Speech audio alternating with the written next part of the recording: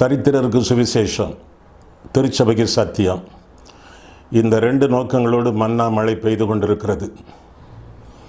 மன்னா மழையில் சங்கீத செய்திகள் என்ற தலைப்பில் வரிசையாக 1வது சங்கீதத்திலிருந்து 150வது சங்கீதம் வரை நாம் வேதபாட ரீதியிலே படித்து தியானிக்க இருக்கிறோம். இந்த மன்னா மழை செய்திகளை நீங்கள் மகிமை டிவியிலே நீங்கள் காணலாம். ஒவ்வொரு சனிக்கிழமையும் ஒவ்வொரு ஞாயிற்றுக்கிழமையும் மாலை 5 மணிக்கு இந்த மன்னா மழை உங்களுடைய வீட்டிலே பெய்யும். எனவே நீங்கள் அந்த நேரத்தை ஆண்டவருடைய சமூகத்தில் காத்திருந்து பயன்படுத்தி கொள்ளுமாறு உங்களை கேட்டுக்கொள்கிறோம். உங்களுடைய கேள்விகள், உங்களுடைய கருத்துக்கள், உங்களுடைய ஜெப குறிப்புகள் அனைத்தையும் வர இருக்கக்கூடிய இமெயில் முகவரியிலே, டெலிஃபோன் நம்பர்களிலே நீங்கள் வாட்ஸ்அப்பாக செய்தியாக எங்களிடத்தில் நீங்கள் பகிர்ந்து கொள்ளலாம். இந்த செய்திகளை நீங்கள் உங்களுடைய நண்பர்களுக்கு ஷேர் பண்ணுங்கள், பகிர்ந்தளியுங்கள். வாட்ஸ்அப் மூலமாக, ஃபேஸ்புக் மூலமாக பகிர்ந்தளித்து அவர்களுக்கும் நீங்கள் பிரயோஜனம் உள்ளவர்களாக நீங்கள் வாழுங்கள். இந்த செய்திகளை உங்கள் மத்தியிலே கொடுத்து கொண்டிருக்கும் பொழுது உங்கள் கையிலே கட்டாயமாக வேத புத்தகம் இருக்க வேண்டும். மன்னா மழை என்ற சேனல் வந்த உடனேயே உங்கள் வேதாகமத்தை உங்கள் கையிலே வைத்து அந்த செய்திகளை கொடுக்க கொடுக்க வேதத்தில் இருக்கக்கூடிய வசனங்களை நீங்கள் பாருங்கள். ஆண்டவர் உங்களை ஆசீர்வதிப்பாராக. ஆமென். மன்னா மழையில் நனைய மறுபடியும் உங்களை மனமகிழ்ச்சியுடன் வரவேற்கிறேன். சங்கீத புத்தகத்திலிருந்து நாம் தொடர்பாக சங்கீதங்களை படித்து தியானித்து வருகிறோம். இதுவரை நாம் 42 சங்கீதங்களை நாம் சிந்தித்திருக்கிறோம். இன்றைய நாளிலே 43வது சங்கீதம். சில வேத போதகர்கள் 42ஐயும் 43ஐயும் சேர்த்து ஒரே சங்கீத செய்தியாக அறிவிப்பார்கள். ரெண்டுமே ஒத்த சங்கீதங்கள் போல் காணப்படுவதனாலே இப்படி அவர் செய்வார்கள். ஆனால் நான் பார்க்கும் பொழுது 2 சங்கீதங்களிலுமே சில வித்தியாசங்களை காண்பதால் 2ஐயும் தனித்தனியாக நான் போதித்து கொண்டிருக்கிறேன். ஏற்கனவே 42ஆம் சங்கீதத்தை நாம் சிந்திக்க கேட்டோம். இப்பொழுது 43ஆம் சங்கீதம். இந்த சங்கீத செய்திகளில் எதையாவது நீங்கள் மிஸ் பண்ணியிருந்தால் யூடியூப்பில் இந்த சங்கீத செய்திகளின் தொகுப்பை பார்க்கலாம். அது மட்டுமின்றி மகிமை TV.com என்ற வெப்சைட்டிலும் இந்த சங்கீத செய்திகளின் தொகுப்பை நீங்கள் காணலாம். இந்த சங்கீத தொகுப்பு செய்திகளை நீங்கள் மற்றவர்களுக்கு அறிவியுங்கள். உங்களுடைய நண்பர்களுக்கு, உறவினர்களுக்கு அறிவித்து அவர்களும் இந்த சங்கீத செய்திகளை கேட்டு ஆசீர்வதிக்கப்பட ஆவன செய்யுங்கள். ஆண்டவருடைய ஊழியக்காரர்களாக மாறுங்கள். 43ஆம் சங்கீதம். பொதுவாக சங்கீதங்களின் துவக்கத்திலே அடைப்புக்குறியிலே சில காரியங்கள் சொல்லப்படும். அதிலிருந்து அந்த சங்கீதம் என்ன நோக்கத்திலே, எந்த வரலாற்றின் பின்னணியத்திலே இது எழுதப்பட்டது, எதற்காக எழுதப்பட்டது என்பதையெல்லாம் நான் அறிந்து கொள்வோம். குறிப்பாக 44ஆம் சங்கீதம் பாருங்கள், அடைப்புக்குறியிலே சில வார்த்தைகள் சொல்லப்பட்டிருக்கின்றன. 43ஆம் சங்கீதத்திலே ஒன்றும் சொல்லப்படவில்லை. எனவே இந்த சங்கீதம் யார் எழுதியது என்று தெரியாது. சங்கீதங்களுக்கு பல ஆசிரியர்கள் உண்டே. தாவீதின் சங்கீதம், சாலமோனின் சங்கீதம், மோசையின் சங்கீதம், ஏமானின் சங்கீதம், ஏத்தானின் சங்கீதம், ஆசாபின் சங்கீதம் என்ற ஆசிரியர்கள் சங்கீதங்களின் ஆசிரியர்களுடைய பெயர்கள் ஆங்காங்கு சொல்லப்பட்டிருக்கின்றன. இந்த சங்கீதத்திலோ ஆசிரியர் பெயர் இடம்பெறவில்லை. எனவே வேத பண்டிதர்கள் சொல்லுவது இது அநாதை சங்கீதம், யார் எழுதியது என்று தெரியவில்லை என்று குறிப்பிடுகிறார்கள். அடைப்புக்குறிக்குள்ளே எழுதியவர் பெயர் காணப்படாவிட்டாலும் வேத வாக்கியங்கள் எல்லாம் ஆவியானவரால் அருளப்பட்டிருக்கிறது என்பதனாலே அநாதை சங்கீதம் என்று அழைப்பதை விட இது ஆவியானவர் எழுதிய சங்கீதம் என்பதை ஒத்துக்கொள்வதுதான் நியாயமான போதனையாக இருக்கிறது. சரி, 43ஆம் சங்கீதம் எடுத்துக்கொள்ளுங்கள். இது ஆண்டவர் அருளிய வார்த்தை என்று சொல்லி நாம் தெளிவாக அறிந்து கொள்ளலாம். 42ஆம் சங்கீதத்திற்கும் 43ஆம் சங்கீதத்திற்கும் சில ஒற்றுமைகள் உண்டு, ஒரு சில வேற்றுமைகள் உண்டு. எனவே தனித்து இந்த சங்கீதத்தை நாம் சிந்திக்கிறோம். இது சங்கீதக்காரனுடைய ஒரு ஜபம். 3-4 காரியங்களுக்காக சங்கீதக்காரன் ஆண்டவரை நோக்கி ஜெபிப்பதாக நாம் வேதத்தில் வாசிக்கிறோம். முதலாவதாக அவனுடைய விண்ணப்பம் என்னவென்றால், வழக்காடும். என்னால் நான் வழக்காட முடியாது, எனக்கு அந்த வாய்த்திறமை இல்லை, சொற்திறமை இல்லை, எனக்கு அந்த புத்திசாலித்தனம் இல்லை, எனக்கு அந்த பலனும் இல்லை, எனவே எனக்காக வழக்காடும் என்று சங்கீதக்காரன் வேண்டுகிறான். முதல் 2 வசனங்களை பாருங்கள். 43ஆம் சங்கீதம். தேவனே, நீர் என் நியாயத்தை விசாரித்து பக்தி இல்லாத ஜாதியாரோடு எனக்காக வழக்காடி சூதும் அநியாயமான மனுஷனுக்கு என்னை தப்புவியும். என் அரணாகிய தேவன் நீர், ஏன் என்னை தள்ளிவிடுகிறீர்? சத்ருவினால் ஒடுக்கப்பட்டு நான் ஏன் துக்கத்துடனே திரிய வேண்டும் என்று சொல்லி சங்கீதக்காரன் புலம்புவதாக நாம் பார்க்கிறோம். முதலாவதாக அவன் வேண்டிக் கொள்ளக்கூடிய விண்ணப்பம் என்னவென்றால், எனக்காக வழக்காடும்.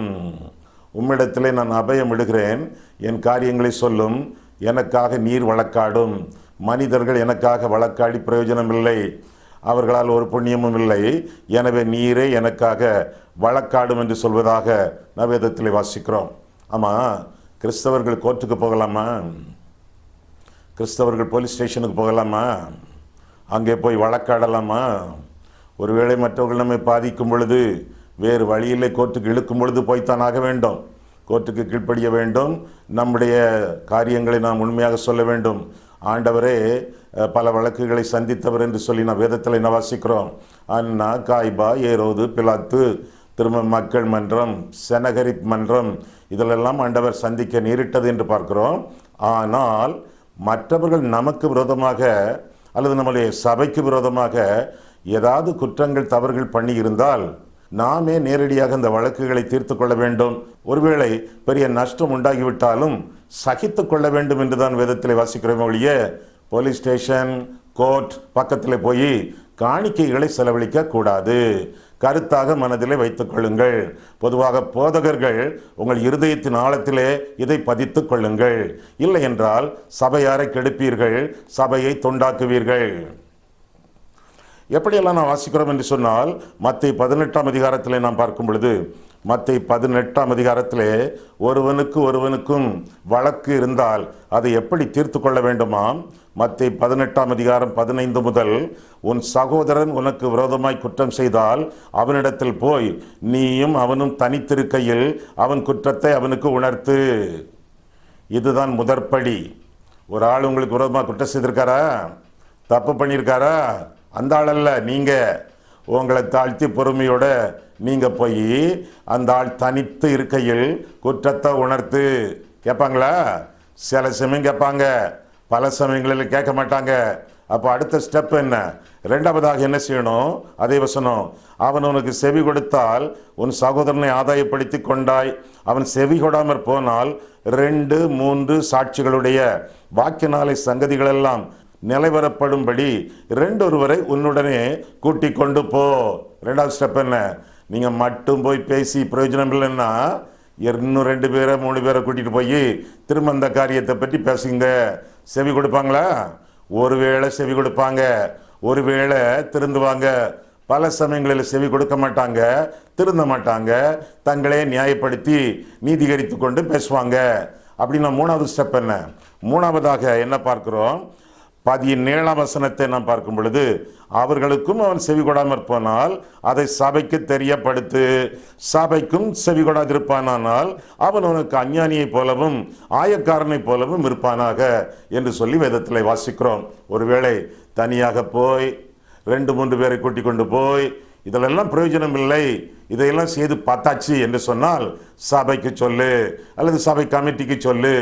அவர்களுக்கும் செவி கொடாமற் போனால் அந்த ஆள் உனக்கு அஞ்ஞானியைப் போல ஆயக்காரனைப் போல இருப்பானாக, அவன் திருந்து வரை நீ தொடர்பு கொள்ள வேண்டிய அவசியம் இல்லை என்று சொல்லித்தான் வேதத்தில் வாசிக்கிற மொழிய போலீஸ் ஸ்டேஷனுக்கு போ, கோர்ட்டுக்கு போ என்று சொல்லி சொல்லப்படவில்லை.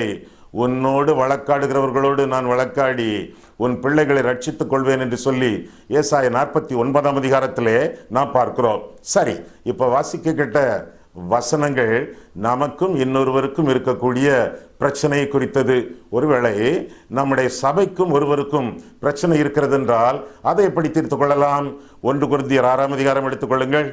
நான் நினைக்கிறேன் இந்த போலீஸ் ஸ்டேஷனுக்கு போகிறவர்கள், கோர்ட்டுக்கு போகிறவர்கள் எல்லாம் இந்த வசனத்தை வாசிக்கவே இல்லை என்று நினைக்கிறேன். வாழ்க்கையிலே ஒரு தடவை கூட வாசிக்கவே இல்லை என்று நினைக்கிறேன். அப்படி வாசித்திருந்தால் தங்களையும் காத்துக்கொள்வார்கள், தங்களுடைய சபையும் காத்துக்கொள்வார்கள், சபையை துண்டாட மாட்டார்கள். வசனம் என்ன? 1 கொரிந்தியர் 6ஆம் அதிகாரம் 1ஆம் வசனம் முதல், கருத்தாக கேளுங்கள். உங்களில் ஒருவனுக்கு வேறொருவனோடு கூட வழக்குண்டானால் வழக்காடும்படி அவன் பரிசுத்தவான்களிடத்தில் போகாமல் அநீதக்காரரிடத்தில் போக துணிகிறதென்ன? துணிகரமான பாவம். பரிசுத்தவான்கள் உலகத்தை நியாயந்தீர்ப்பார்கள் என்று அறியீர்களா? உலகம் உங்களால் நியாயந்திருக்கப்படுவதாயிருக்க அற்ப வழக்குகளை தீர்க்க நீங்கள் அபாத்திரரா? தேவதூதர்களையும் நியாயந்திருப்போம் என்று அறியீர்களா? அப்படி இருக்க இந்த ஜீவனுக்கேற்றவைகளை நீங்கள் தேர்த்து கொள்ளாதிருக்கிறது எப்படி? இந்த ஜீவனுக்கேற்ற அப்படின்னா இந்த உலக பிரகாரமான உலகத்திற்கேற்ற இந்த ஜீவனுக்கேற்ற வழக்குகள் உங்களுக்கு இருந்தால் தீர்ப்பு செய்கிறதற்கு சபையில், கோர்ட்ல இல்ல, போலீஸ் ஸ்டேஷன்ல இல்ல, சபையில் அற்பமாய் எண்ணப்பட்டவர்களை நியமித்துக் கொள்ளுங்கள். அதுக்குன்னு ஒரு கமிட்டியை உண்டாக்கிடுங்களேன், நியமித்துக் கொள்ளுங்கள். உங்களுக்கு வெட்கம் உண்டாகும்படி, வெட்கம், மானம், ரோசம், சூடு, சொரணை, சுளுக்கு இது எல்லாம் உண்டாகும்படி இவற்றை உங்களுக்கு சொல்லுகிறேன் என்று பவுல் சொல்லுகிறான். சகோதரனுக்கும் சகோதரனுக்கும் உண்டான வழக்கை தீர்க்க விவேகி ஒருவனாகிலும் உங்களுக்குள் இல்லையா? சகோதரனுடைய சகோதரன் வழக்காடுகிறான், அவிசுவாசிகளுக்கு முன்பாகவும் அப்படி செய்கிறான். 7ஆம் வசனம் பாருங்க. நீங்கள் ஒருவரோடு ஒருவர் வழக்காடுகிறது எவ்விதத்திலும் குற்றமாயிருக்கிறது. வழக்காடுகிறதே தப்புன்னு சொல்லி நம்ம வேதத்தில் வாசிக்கிறோம். எவ்விதத்திலும் குற்றமாயிருக்கிறது. அப்படி செய்கிறதை விட நீங்கள் ஏன் அநியாயத்தை சகித்துக் கொள்கிறதில்லை, ஏன் நஷ்டத்தை பொறுத்து கொள்கிறதில்லை என்று வாசிக்கிறோம். ஒருவேளை ஒருவனால் நமக்கோ நம்முடைய சபைக்கோ ஏதாவது ஒரு நஷ்டம், ஏதாவது ஒரு அநியாயம் உண்டாகிவிட்டால் ஏன் அநியாயத்தை பொறுக்கக்கூடாது, ஏன் நஷ்டத்தை சகிக்க கூடாது? தேவன் தம்முடைய ஒரே குமாரனை அனுப்பி, குமாரன் தம்முடைய ஜீவனை கொடுத்தாரே, அந்த ஆடுக்காக ஜீவனை கொடுக்க கடனாளிகளாக இருக்கக்கூடிய நாம் அநியாயத்தை, நஷ்டத்தை ஏன் சகிக்க கூடாது? அந்த நஷ்டத்தை நாம் ஏன் பொறுப்பேற்க கூடாது? இதெல்லாம் வேதத்தின் போதனை. நீங்களே அநியாயம் செய்கிறீர்கள், நஷ்டப்படுத்துகிறீர்கள், சகோதரருக்கும் அப்படியே செய்கிறீர்கள் என்று சொல்லி வேதத்தில் வாசிக்கிறோம். ஆக இந்த கற்பனைகளுக்கு கீழ்ப்படியாதவர்கள், அநியாயம் செய்கிறவர்கள், நஷ்டப்படுத்துகிறவர்கள், காணிக்கைகளை கொண்டு கோர்ட்டிலே கொண்டு கட்டக்கூடியவர்கள், ஜாக்கிரதை, எச்சரிக்கையாக இருந்து ஆண்டவருடைய வசனங்களுக்கு கீழ்ப்படிந்து வாழ வேண்டியது நம்முடைய கடமை என்று சொல்லி பரிசுத்த ஆவியானவர் இந்த சங்கீதத்தின் மூலமாக திருவளம் பெற்றுவதாக வேதத்தில் வாசிக்கிறோம். வழக்கு உண்டா? ஆண்டவரிடத்தில் சொல்லுங்கள்.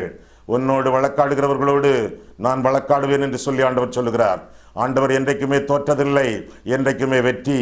அவருடைய வெற்றியிலே நமக்கு பங்கு உண்டு என்று சொல்லி வேதம் நமக்கு கற்றுக் கொடுக்கிறது. ஆக முதல் 2 வசனங்களிலே பார்க்கும் பொழுது தவறான குற்றச்சாட்டுகள் வரும் பொழுது நாம் அதில் தலையிடுவது எப்படி? தலையிட வேண்டாமே. தவறான குற்றச்சாட்டுகள் நம்மை தரைமட்டமாக்காது. அந்த குற்றச்சாட்டுகளின் மத்தியிலே நாம் நீதிகரிக்க போகும் பொழுது, நம்மை புத்திசாலிகள் என்று எண்ணி நாமை விளக்க ஓடி ஓடி செல்லும் பொழுது நம்முடைய பிரச்சனை இரட்டைப்பாக மாறிவிடுகிறது. எனவே நம்முடைய எல்லா காரியங்களையும், குறைவுகள், அனாவசியமான குற்றச்சாட்டுகள் எல்லாவற்றையும் கர்த்தருடைய கையிலே ஒப்பு கொடுப்போம். ஆண்டவரே, எனக்கு புத்தி கிடையாது, பதில் பேச எனக்கு தெரியாது, சோர்ந்து போனேன், பலத்தை இழந்து போனேன். என் கர்த்தாவே, எனக்காக ஜீவனை விட்டவரே, எனக்காக வழக்காடும் என்று சொல்லி ஆண்டவருடைய சமூகத்திலே நம்முடைய வழக்குகளை சொல்லி ஆண்டவருக்கு சித்தமான விடுதலைகளை பெற்று நான் வாழ வேண்டியது நம்முடைய கடமை ஆகும். இந்த செய்தியை கேட்டுக்கொண்டிருக்கக்கூடிய யாராவது போலீஸ் கேஸிலே அல்லது லீகல் மேட்டரிலே சட்ட ஒழுங்கு பிரச்சனையில் சிக்கொண்டிருக்கிறீர்களா? ஆண்டவருடைய சமூகத்தில் சொல்லுங்கள். ஆண்டவரே, இது என்னுடைய பிரச்சனை, நான் செய்த தவறுகளை, குற்றங்களை மன்னியும். நான் செய்யாத காரியங்களுக்காக வழக்காடுகிறார்கள். நீர் என் பட்சத்திலே என்னுடைய நியாயாதிபதியாக, என்னுடைய நியாய பிரமாணிகராக, என்னுடைய இரட்சகராக, என்னுடைய ராஜாவாக இருந்து என்னை விடுவியும். இப்பொழுது நான் சொன்ன காரியங்கள் ஏசாயா 33ஆம் அதிகாரம் 22ஆம் வசனத்திலே காணப்படுகிறது. ஆக முதலாவதாக தவறான குற்றச்சாட்டுகள். 2ஆவதாக பார்க்கிறோம், தாவீதினுடைய பிரச்சனை என்ன? தவறாகத ஆராதனை. ஆலயத்திற்கு போக வேண்டும், ஆண்டவரை வழிபட வேண்டும், அது அவனுக்கு நேரிடவில்லை. கொஞ்ச காலமாக வனாந்தரமாக, ஊராக, குகையாக ஓடிக்கொண்டிருக்கிறான். அந்த சூழ்நிலையிலே ஆலயத்தை பார்ப்பதற்கு, ஆராதனையிலே கலந்து கொள்வதற்கு அவனுக்கு ஆசை. அதையெல்லாம் சங்கீதக்காரன் விளக்குவதாக இந்த பகுதியிலே நாம் வாசிக்கிறோம். 2ஆவதாக என்ன காண்கிறோம் என்று சொல்லும் பொழுது, ஆண்டவருடைய ஆராதனையில் பங்கு பெறாத பரிதாபமான ஒரு காட்சி. அடுத்த சில வசனங்களை நான் பார்க்கும் பொழுது 2 வசனங்களை நான் பார்த்தோம். 3வது வசனம், உமது வெளிச்சத்தையும் உமது சத்தியத்தையும் அனுப்பியருளும், அவைகள் என்னை நடத்தி உமது பரிசுத்த பர்வதத்திற்கும் உமது வாசஸ்தலங்களுக்கும் என்னை கொண்டு போவதாக. அப்பொழுது நான் தேவனுடைய பீடத்தண்டைக்கும் எனக்கு ஆனந்த மகிழ்ச்சியாயிருக்கிற தேவனிடத்திற்கும் பிரவேசிப்பேன். தேவனே, என் தேவனே, உம்மை சுரமண்டலத்தால் துதிப்பேன் என்று சொல்லி ஆலய வாஞ்சையை, ஆராதனை வாஞ்சையை, ஆண்டவரிடத்தில் சேரக்கூடிய வாஞ்சையை சங்கீதக்காரன் வெளிப்படுத்துவதாக நான் வேதத்தில் வாசிக்கிறோம். ஆமா, ஆலயத்திற்கு செல்லுகிறோமா? ஒழுங்காக ஆலயம் தொழுவது சாலவும் நன்று என்று சொல்லி வேதத்தில் வாசிக்கிறோமே. சபை கூடி வருதலை சிலர் விட்டு விடுகிறது போல நான் விட்டுவிடக் கூடாது என்று வேதம் சொல்கிறதே. கர்த்தருடைய ஆலயத்திற்கு போவோம் என்று அவர்கள் எல்லாம் சொல்லும் பொழுது மகிழ்ச்சியா இருக்க வேண்டுமே. ஆலயத்தை விட்டு விடாதிருங்கள். ஆராதனை நம்முடைய வாழ்க்கையிலே மிக மிக முக்கியமானது. சிலர் ஆலயத்தை விட்டு விடுகிறீர்கள், கிறிஸ்துமஸுக்கு மட்டும் ஆலயத்திற்கு செல்கிறீர்கள். நீங்கள் ஆலயத்தை விட்டு விடுவதனாலே உங்களுக்கு கிடைக்க வேண்டிய அநேக நன்மைகளை நீங்கள் இழந்து போகிறீர்கள். கர்த்தருடைய ஆலயம் திருச்சபையின் கூடுதல், கிறிஸ்துவின் சரீரத்தின் ஒரு பகுதி. அந்த சரீரத்திற்குரிய அங்கங்களுக்குரிய ஐக்கியத்தை, விசுவாச உறுதிப்பாட்டை இழந்து போகிறோம். அது மட்டுமல்ல, ஆலயத்தில் ஜெபிக்கக்கூடிய ஜபம், ஆலயத்தில் நமக்காக மற்றவர்கள் ஏறெடுக்கக்கூடிய விண்ணப்பம், இவைகளெல்லாம் விமோசனம் உண்டு, ஆசீர்வாதம் உண்டு என்பதை நாம் தெளிவாக அறிந்து கொள்ள வேண்டும். குறிப்பிட்ட சிறப்பான சில தேவைகள் இருக்கும் பொழுது ஆலயத்தில் போய் முழங்கால் படியிட்டு ஜெபிப்பது நல்லது. முழங்கால் படியிட முடியவில்லையோ அப்படின்னா நின்று ஜெபம் பண்ணுவது நல்லது. மார்க் 11ஆம் அதிகாரத்தில் வாசிக்கிறோம் 25ஆம் வசனம் முதல், நீங்கள் ஒரு இடத்திலே நின்று ஜபிக்கும் போது என்று பார்க்கிறோம். நின்று ஜபிக்கலாம், நடந்து ஜபிக்கலாம், ஓடிக்கொண்டே ஜபிக்கலாம், பயணம் பண்ணிக்கொண்டே ஜபிக்கலாம், பாத்ரூமில் இருந்து ஜபிக்கலாம், முழங்கால் படியிட்டும் ஜபிக்கலாம், கண்களை மூடி கரங்களை கூப்பி கர்த்தரை நோக்கியும் ஜபிக்கலாம், விழித்திருந்தும் ஜபிக்கலாம். ஜபிக்கக்கூடிய முறைகள் முக்கியமல்ல, ஜபம் முக்கியம். ஆண்டவரிடத்தில் ஜபங்களை ஏறெடுக்கலாம். அது மட்டுமல்ல, சிறப்பான கூட்டங்கள் நம்முடைய ஆவிக்குரிய ஜீவியத்தில் நாம் முன்னேறி செல்ல அங்கே வகுக்கப்படுகின்றன. இந்த கூட்டங்களிலே பங்கு பெற்று ஆவிக்குரிய ஜீவியத்தின் சில படிகளிலே நாம் முன்னேறி செல்ல ஆலயம் நமக்கு வழி வகுக்கிறது. நீங்கள் போய் ஆலயத்தில் இருக்கும் பொழுது, போதகர் உங்கள் முகத்தை பார்க்கும் பொழுது, பிரசங்கியார் உங்களுடைய முகத்தில் உள்ள ஒளியை, சந்தோஷத்தை காணும் பொழுது அவர்களுக்கு நீங்கள் உற்சாகமாக இருப்பீர்கள்.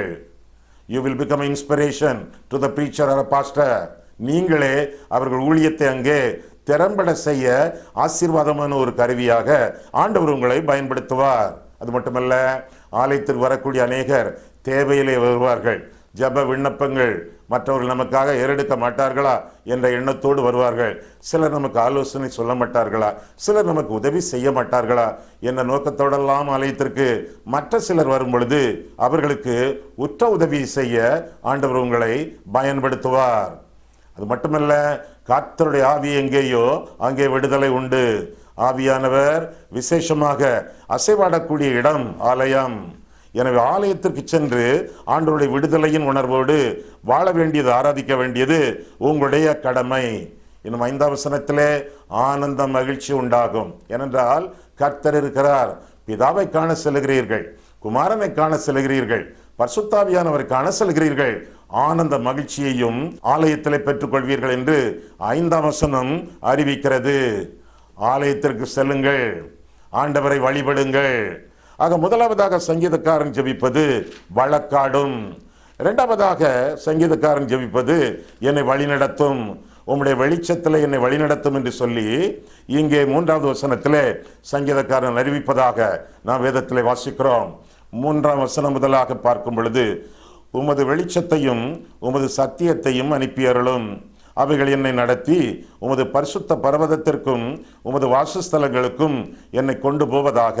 அப்பொழுது நான் தேவனுடைய பீடத்தண்டைக்கும் எனக்கு ஆனந்த மகிழ்ச்சியாயிருக்கிற தேவனிடத்திற்கும் பிரவேசிப்பேன். தேவனே, என் தேவனே, உம்மை சுரமண்டலத்தால் துதிப்பேன் என்று சொல்வதாக இந்த பகுதியிலே நான் வாசிக்கிறோம். உம்முடைய வெளிச்சத்திலே நான் வெளிச்சம் காணத்தக்கதாக உம்முடைய வெளிச்சத்திலே என்னை வழிநடத்தும் என்று சொல்லி சங்கீதக்காரன் ஜெபிக்கிறான். ஆண்டவர் நம்முடைய வெளிச்சம், வெளிச்சத்தின் சத்தியம் என்று வாசிக்கிறோம். அது என்ன? வேதம். ஆண்டவர் நம்முடைய வெளிச்சம், ஆண்டவருடைய வசனம் சத்தியம் நம்முடைய வெளிச்சம். வெளிச்சத்திலே வெளிச்சம் காண, கிறிஸ்துவிலே அவருடைய வசனத்தை கற்றுக்கொள்ள, அது நின்று வழிநடத்தப்பட நம் ஆலயம் செல்ல வேண்டும். ஆண்டவருடைய வசனங்களை வாசிக்க வேண்டும். 119 சங்கீதம் 105 வசனத்தில் வாசிக்கும் பொழுது ஆண்டவருடைய கற்பனைகள், வேதம், விளக்கு, வெளிச்சம் என்று சொல்லி அங்கே நாம் காண்கிறோம். யோவான் 8 அதிகாரத்திலே கையும் மெய்யுமாக கண்டுபிடிக்கப்பட்ட ஒரு ஸ்திரீ, பாவத்தில் கண்டுபிடிக்கப்பட்ட ஸ்திரீ, கர்த்தர் மன்னித்து அவளை அனுப்பும் பொழுது ஒரு வார்த்தையை சொல்லுகிறார். அவளுக்கும் உங்களுக்கும் எனக்கும், நான் உலகத்திற்கு ஒளியாக இருக்கிறேன் என்று சொல்லும் பொழுது, என்னிலே நடப்பாயாக, என் வெளிச்சத்திலே நடப்பாயாக, என்னுடைய வசனத்தில் என்னுடைய வாழ்க்கையை காத்துக்கொள்வாயாக என்றும் ஆண்டவர் சொல்லி அனுப்புவதாக நாம் வேதத்தில் நான் வாசிக்கிறோம். அவருடைய வசனமே சத்தியம் என்று சொல்லி யோவான் 17 அதிகாரம் 17 வசனத்திலும் காண்கிறோம். ஆக சங்கீதக்காரனுடைய 2வது வேண்டுகோள் என்னவென்றால், முதலாவதாக நாம் பார்க்கும் பொழுது முதல் ஜெபம் அவனுக்கு எனக்காக வழக்காடும், 2வதாக என்னை வழிநடத்தும், உம்முடைய வெளிச்சத்தில் என்னை வழிநடத்தும். ஆண்டவர் சொன்னார், நானே வழியும் சத்தியமும் ஜீவனுமாய் இருக்கிறேன். ஆண்டவருடைய கையை பின்பற்றி ஆண்டவர் தம்முடைய நீதியின் வலது கரத்தினாலே நம்மை தாங்கி வழிநடத்த ஆண்டவர் நம்மை விரும்பும் பொழுது அவருடைய கையிலே நம்முடைய கையை ஒப்பு கொடுத்து ஆண்டவருடைய வெளிச்சத்திலே வழிநடக்க, அவருடைய சத்தியத்தில் நிலைத்திருக்க நம்மை நாமே ஒப்பு கொடுக்க வேண்டியது நம்முடைய கடமை. ஆண்டவர் நம்முடைய வழி மட்டுமல்ல, ஆண்டவர் நம்முடைய வழிகாட்டி. ஆண்டவர் நமக்கு வெளிச்சம் மட்டுமல்ல, தம்முடைய வசனமாகிய வெளிச்சத்திலும் நம்மை வழிநடத்த வல்லவராயிருக்கிறார். வேதத்தை வாசிக்கிறீர்களா? வேதத்தை தியானிக்கிறீர்களா? அல்லது கண்ணை மூடி விரலை வைத்து அங்கே சில வசனங்களை தொட்டு செல்கிறீர்களா? அல்லது மந்த்லி கேலண்டரில் வசனம் போட்டிருக்காங்களே, அதை மட்டும் இந்த நாளுக்கேற்ற ஒரு வசனத்தை வாசித்து சென்று கொண்டிருக்கிறீர்களா? வசனத்தை கேட்கிறவர்கள், வசனத்தை வாசிக்கிறவர்கள், வசனத்தை கை கொள்ளுகிறவர்கள், இம்மூவரும் பாக்கியவான்கள் என்று சொல்லி வெளிப்படுத்துகிற விசேஷம் 1 அதிகாரம் 3 வசனத்திலே நான் வாசிக்கிறோம். கோடிக்கணக்கான மக்களுக்கு வேத புத்தகம் இல்லை. உலக அளவிலே எத்தனையோ மொழிகளிலே வேத புத்தகம் இன்னும் வரவில்லை. ஆனால் வேத புத்தகத்தை ஆண்டவர் உருவாக்கி உங்கள் கரங்களிலே பரிசளித்து படி என்று சொல்லும் பொழுது வாசிக்கிறோமா, தியானிக்கிறோமா, படிக்கிறோமா, கை கொள்கிறோமா? உங்களே நீங்கள் உய்த்துணர்ந்து ஆராய்ந்து ஆண்டவருடைய சமூகத்தில் ஒப்பு கொடுத்து அனுதினமும் காலை வேளையிலே உங்களுடைய இருதயத்தை வசனத்தினாலே நிரப்பிக்கொண்டு வாழ்க்கையை தொடங்க வேண்டும் என்பது கர்த்தருடைய சித்தம். கர்த்தருடைய சித்தத்தின் நடுவிலே ஒரு நாளை, பிற நாட்களை ஜீவிக்க வேண்டும் என்றால் வேத புத்தகம் அவசியம். வேதத்தை விட்டு விலகாதிருங்கள். வேதத்தை இன்றைக்கு நீங்கள் தூக்கினால் நாளைக்கு வேத புத்தகம் உங்களை தூக்கும். அவருடைய வசன வெளிச்சத்திலே நீங்கள் நடவுங்கள். பிள்ளைகளுக்கு வசனத்தை சொல்லிக் கொடுங்கள். ஒரு நாளைக்கு ஒரு வசனம் அவர்கள் மனப்பாடம் பண்ணி உங்களுக்கு ஒப்புவிக்க வேண்டும் என்று கட்டளையிடுங்கள். நீங்களும் ஒவ்வொரு வசனத்தை ஒரு நாளைக்கு மனப்பாடம் பண்ணுங்கள். பிள்ளைகள் பார்த்து படிக்கக்கூடியவர்கள். நீங்கள் வசனத்தை தியானிப்பதையும் மனப்பாடம் பண்ணுவதையும் உங்கள் பிள்ளைகள் பார்த்து அவர்கள் வசனத்தை படிப்பார்கள். சிறு வயதிலிருந்து வசனத்தை சொல்லிக் கொடுங்கள். கம்யூனிஸ்ட் நாடுகளிலே கர்ப்பவதியான ஒரு சகோதரியினுடைய வயிற்றுக்கு பக்கத்தில் இருந்து கம்யூனிஸ்ட கொள்கைகளை அங்கே உள்ள குருமார்கள் ஓதுவார்களாம். மங்ஸ், துறவிகள் ஓதுவார்களாம். வயிற்றுக்குள்ளே இருக்கக்கூடிய பிள்ளை அந்த கம்யூனிச கொள்கைகளை கிரகிக்கும் என்பது அவர்கள் நிரூபித்த ஒரு விஞ்ஞான உண்மை. நம்முடைய பிள்ளைகள் வளர்ந்து கொண்டே இருக்கிறார்கள். என்றைக்கு வசனத்தை கற்றுக் கொடுத்தீர்கள்?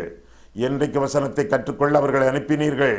என்றைக்கு அவர்கள் வசனத்தை மனப்பாடம் பண்ண அவர்களை வலியுறுத்தினீர்கள்?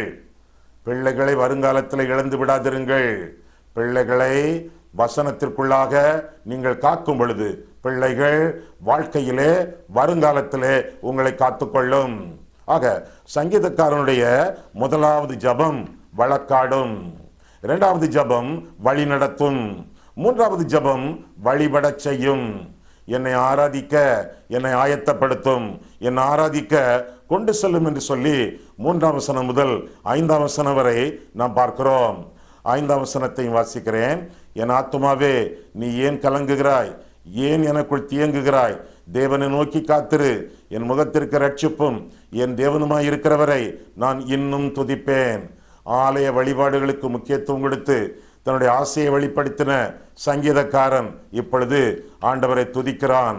ஆண்டவரை வழிபடுவது அவனுக்கு ஆசையாக இருக்கிறது. எப்படிப்பட்ட வழிபாடு அவனுக்கு தேவையாக இருக்கிறது? முதலாவதாக 4ஆம் வசனத்திலே எப்பொழுது பிரவேசிப்பேன்? ஆலயத்திற்குள்ளே பிரவேசிப்பது அவனுக்கு பெரிய ஆசையாக இருக்கிறது.